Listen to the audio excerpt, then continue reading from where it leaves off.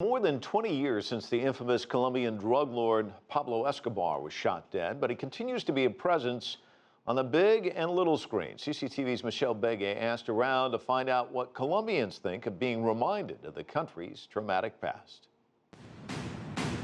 Pablo was pulling in more than $5 million a week.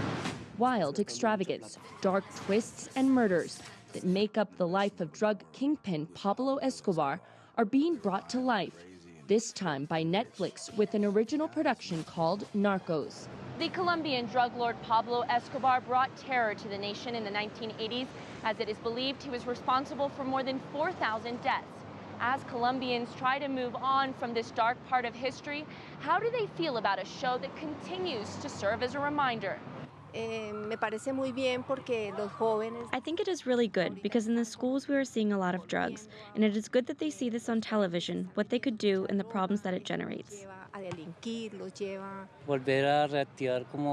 see it again is to reactivate the violence and have it flourish in other Colombians and the youth.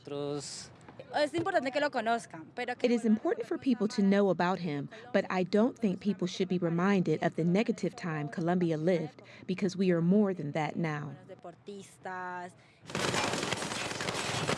Shows about the narco traffickers have made for good TV and film over the past years. The popular Colombian narco telenovela, Cartel de los Sapos, about drug traffickers who snitched to the U.S. Drug Enforcement Agency, was later turned into a multi-million-dollar film. Colombian actor Juan Pablo Raba, who appeared in Cartel de los Sapos, is now playing Pablo Escobar's cousin in the Netflix series. I wouldn't say this is another story about narco trafficking in Colombia. I would say it's a story about drug trafficking and how it was seen by the DEA, because it was actually told from a DEA agent's point of view.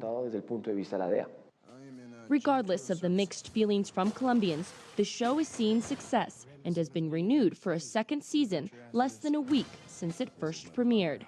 Michelle Begue, CCTV, Colombia.